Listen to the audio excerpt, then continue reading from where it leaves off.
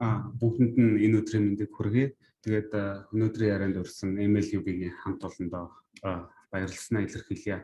Тэгээд өнөөдрийн ярианы одоо юу гэдэг үйл ажиллагааны одоо формат гэх юм бол чөлөөт ярилцлага гэсэн форматаар голж ярих юм байлээ. Тэгэхээр би одоо болохоор өнөөдөр энд ирж байгаа би болохоор яг ямар нөхөр ирээд зогссон юм бэ? Өөрийнхөө талаар болоо өөрийнхөө туршлагын талаар аль нөгөө нэг idea үүднээс нэг яриад нөгөө нэг know your speaker гэдэг үгнээсээ тэгээд үе гэж бодлоо. Тэгээд намайг Амгалан гэдэг.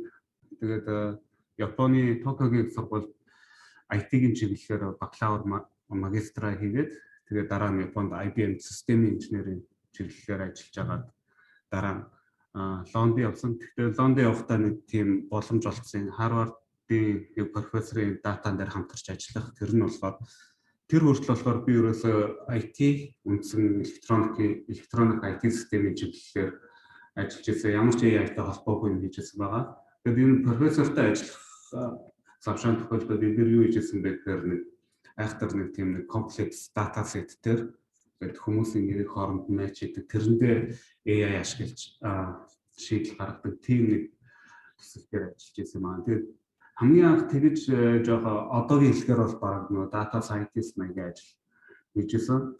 Тэгээд тэрний дараа 100 ирэхэд одоо манай MLB-ийн нэг үүсгэн байгуулагч Бэлгээ болон Сайн Баяр, Батхан Баяр зэрэг хүмүүстэй хамтраад deep learning summer school-ийг хийж эхэлсэн байгаа. Тэгээд энэ жилийн summer school онлайнаар болсон. Манай MLB-ийн хамт олон гэсэн хамтран зохион байгуулсан байгаа. Тэгээд тэрний дараа Монголд Дэнцүү гэдэг Японы компани охин компани бас технологи хариуцсан захирал хийжсэн. Энэ болохоор юу гэхээр Дэнцүү гэх компанид AI шийдэл гаргаж хөгжүүлдэг тийм компани. Тэгээд Монгол инженерүүдээр хийлгдэг тийм компани байгаа. Энэ жил орчим технологи хариуцсан захирал хийж байгаа. Дараа нь Adtize гэдэг Японы стартапт технологи хариуцсан захирал хийгээд одоо 2 дахь жил рүү орж байна. Тэгээ энэ компанид болохоор би шууд очиж байгаа. Оюутан байхаас эхлээд нөгөө захирлыг таньдаг, цагийн ажил хийдэг тийм байсан. Тэгэхээр өөрийгөө танилцуулахад нэг иймэрхүү тэгээд компани танилцуулахад юу гэхээр Adtize гэх компани яадаг компани гэхээр ерөнхийдөө AI суурилсан бүтээгдэхүүн хөгжүүлж байгаа стартап компани байгаа. Гэтэ 2005 онд гэж бараг 10 хэдэн жилийн нэлээгээр байгуулагдчихсан. Гэхдээ яг нэг стартап гэдэг замналаар явж эхэлсэн нь болохоор нэг сүүлийн 4 жил юм уу да. Тийм компани байгаа. Тэгэхээр би нэг стартап гэдгийг нь яагаад онцлоод байна вэ гэхээр бусад одоо чинь том компаниас ялгаатай нь юу юм бэ гэхээр мэдээж том амбицтай, мөрөөдөлтэй, вижнтэй байна. Тэгээ өөрийнхөө продакт юм үйлчлэгээ бүтээгдэхүүнийг хөгжүүлнэ.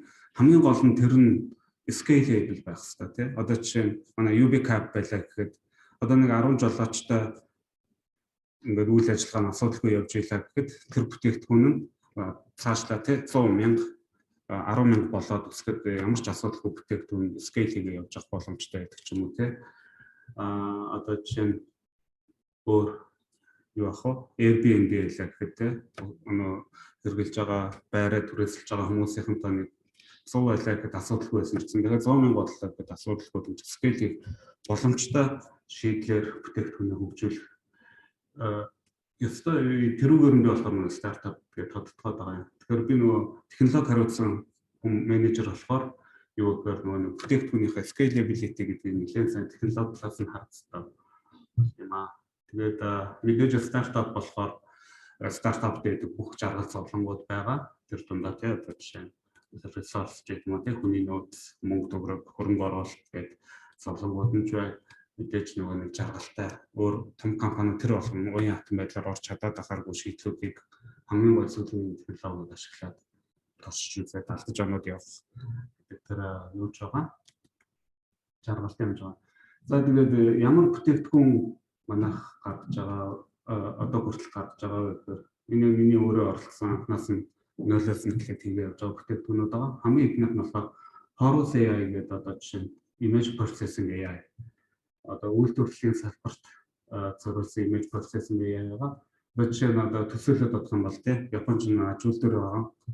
Өдөрт одоо хэдэн зуун мянгаар нь одоо нэг юм үйлдвэрлэлээ одоо чинь 30 явуулаа хэлээ гэдэг Nike 30 явуулсан гэдэг хэдэн мянгаар нь үйлдвэрлэв шүү дээ. Тэр чинь болохоор уламжлалт нөгөө нэг ажлын флоороо бол хүн болох нөгөө дефект байна уу юу гэдэг ингээд шалгадаг чанарын шалгалт гэдэг. Тэрийг одоо жишээ нь AI хийвэл яах вэ? Гэт бодохоор нэг тийм нэг шийдэл хэрэгтэй тий. Тэгэхээр тэр нь зориулсан нэг юм бүтээгдэхүүн байгаа. Дараа нь болохоор CDJ AI гэдэг ийм property management AI бас хөгжүүлж байгаа. Тэр нь хөгжүүлсэн тэгээд одоо чинь анхны хэрэглэгчтэн гэсэн байгаа. Энэ юу вэ гэхээр одоо чинь ийм том барилга шүү дээ. Одоо Blue Sky. Тэнгууд энэ ч одоо хэдэн зуун өрөөтэй тий. Тэнгууд өрөө болгоо ингээд aircon халаагууртай тий. Тэрийг нь жишээ нь энэ өрөөнд байгаа хүмүүс өөрсдөө удирдах температурыг тохируулж иж болно. Бас ихэнх тохиолдолд яадаг вэ гэхээр нөгөө энэ удирддаг одоо энэ барилгыг одоо хяндаг тийм нөгөө инженерүүд операторууд байдаг байхгүй. Одоо өнөөдөр гадаад температурт хэд байна те агаарын чигшил юм байна. Тэгэхээр Японд бол те гадаа өнөөдөр тайфуутай салхитай юм ч гэдэг юм уу. Тэгэхээр өрөөний температур энэ дээр тохируулчих юм бол тэр нөгөө энэ барилга дотор байгаа хүмүүс хамгийн нөгөө тааламжтай байдлаар температураа тохируулна шүү дээ. Тэгэхээр одоо энийг одоо жишээ нь хүн хийн гэдэг чинь хэдэн зуун өрөөний температурыг хүн ингээд хараад хийн гэхээр бас учир дутагдaltaй байдаг. Тэгэхээр энийг AI-аар бас шийдсэн нэг юм шийдэл байгаа. Тэгэхээр хамгийн сүүлийнх нь хамгийн шинэ бүтээгдэхүүн Rescue AI гэдэг энэ нь болохоор нэг юм смарт watchтай тийм эрүүл мэндийн датаны платформ байгаа.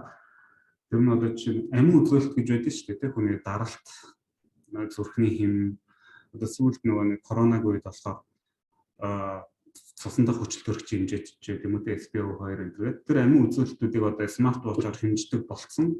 Тэгээд хэмжилтийн алдаан ч гэсэн харьцангуй гайгүй болж ирж байгаа. Тэгээд энэ үед болохоор тэр датануудыг хүн өөрийнхөө датаг болоо жишээ нь 10 минут тутам цуглуулад авах боломжтой болсон. Одоо жишээ нь өөрийнхөө энэ 5 жилийн юм дата байлаа. Би сүүлийн 5 жилийн ер нь надад асуудал байна уугүй гэдгийг тэр датаг хараад AI-аар ч юм уу анализ хийгээд тийм үр дүн гаргах боломжтой байгаа. Тэгээд иймэрхүү шийдэл бүхий Rescue AI гэдэг ийм product бас хөгжүүлээд явж байгаа. Тэгэхээр миний ажлын туршлага бол ерөнхийдөө нэг иймэрхүү юм хийдэг нөхөр шүү гэж бодоод авахд болно. Тэгэхээр өнөөдөр AI-ийн бизнес гэхэр чинь AI-ийн энэ салбар нь ялангуяа deep learning-тэй холбоотой салбар болохоор emerging field буюу тийм шинэ тутам бий болж байгаа field. Энэ салбар дахь ойлголтууд нь болохоор ингээд яг ингээд цэгцэвцэн гэхээсээ цэгцэвч хэлж байгаа.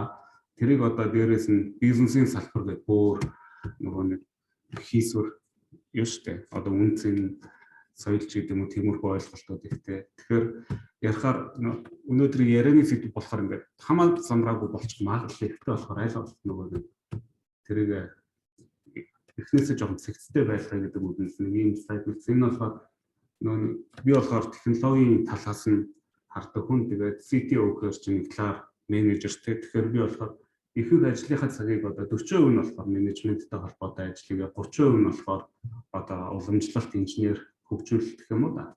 Тэ холбоотой ажил 20% нь AI дата модельтэй холбоотой ажил хийгээд 10% стартап юм болохоор бүх клиентуудтайгаа би өөрөө ярихгүй болохгүй. Тэгэхээр борлуулалтын талын зөвлөгөө тарих ажилладаг юм байгаа. Тэгээд би болохоор AI-ийн бизнес гэхээс илүүтэйгээр манай энэ 3 продакт болохоор гуруула B2B буюу бизнесүүдэд зориулсан продакт байгаа. B2C буюу зүгээр customer-ууд биш бизнесүүдэд гэсэн. Тэгэхээр би болохоор AI product in business гэдэг талаас нь аль болох юмыг хараад яриад байх магадaltaй. Тэгэхээр одоо жишээ нь AI product гэхээр одоо юу аах вэ? AI ч өөрөө шинэ тутам бий болж байгаа салбар болохоор нэг талаас нөгөө нэг жинхэнэ science гэдэг талаас одоо сүүлийн үеийн судалгаа модельүүд юу болж юм гэдгийг баян мэдчих авахгүй болохгүй. Хоёрдугаар дата гэдэг чинь ингээл дата анхнаасаа яаж датагаа үүсгэх үү, яаж тэрийг мейнтенанс хийх үү, ер нь нэгэн байдлаар датаны лайф сайкл ямар байх юм бэ гэдгийг баян бодож дизайн хийж авах хэрэгтэй. Мэдээж уламжлалт инженерийн талын ч гэсэн мэдлэг байхгүй болохгүй. бизнес гэхээр чинь бизнес гэдэг чинь энгийнээр хэлэх юм бол одоо үнцийг үүсгэж байгаа нэг тийм entity шүү дээ. Тэр донд хүмүүс байна. Тэр үнцийг үүсгэхийн тулд үйл ажиллагаа явуулна, өөрийн гэсэн соёлтой байна. Тэгэхээр энэ талыг ч гэсэндээ бас ярианда харахгүй болохгүй. Энэ болохоор нэгэн жоохон хийсвэр байдлаар бодох юм бол өнөөдрийн яриагаа болохоор иймэрхүү өнцгөөс харж ярих болов. Тэгээд арай жоохон конкрет бодит яриа ярих. AI гэхээр одоо data management. Тэгээд data гэхээр бүр нарийн ширийн датаны нарийн bias ч гэдэг юм уу. Тиймэрхүү юмнаас эхлээд ерөнхий life cycle гэдэг юм бас ярихгүй болохгүй. Тэр ингээд чаленжуудыг бас ярих болов гэж бодож байна. Хүний нөөц data management ч гэдэг юм шинэ үүсэж байгаа салбар болохоор инженеринг гэхээр мэдээж уламжлалт хөгжүүлэлтүүд байна. Тэгээ сая agile байдлаар хөгжүүлдэг гэсэн. Тэгээ бүр том банкуд бол agile-аар гэхээсээ илүү тэгээд waterfall гэдэг анхнаасаа бүх юм төлөвлөж байгаа гэдэг тийм юмж байгаа. Тэгэхээр тэр AI product хөгжүүлэхэд аль нь төхөөрөмжтэй гэдэг юм үү те. Мэдээж product хөгжүүлж байгаа болохоор software хөгжүүлж байгаа болохоор DevOps уу development operation яах вэ гэдэг юм уу те. Сүүлийн үед гарч ирж байгаа MLOps гэдэг энэ ч гэсэн маш чухал болж ирж байгаа. Тэгмээд AI ч өөрөө бас нэг зарим талаар ботлныг болчтой. Өөрөөр хэлбэл би нэг стартап юм чи scalable авахгүй болохгүй гэж ярьж ирсэн. Тэгэхээр scalability системийн maintainability гэдэг юм яаж хангах хэрэгтэй гэдэг нь бас энэ салбарын нэг чаленж яалтчгүй болчихж байгаа.